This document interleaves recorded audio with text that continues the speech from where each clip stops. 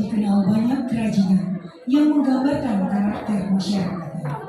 Salah satunya adalah kerajinan menenun yang ada di Silongkang dan Pandai Sike.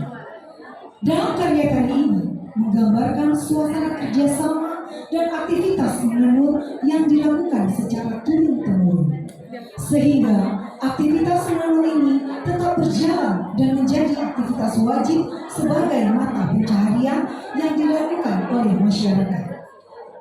Semangat gotong royong tergambar dalam karya tari ini.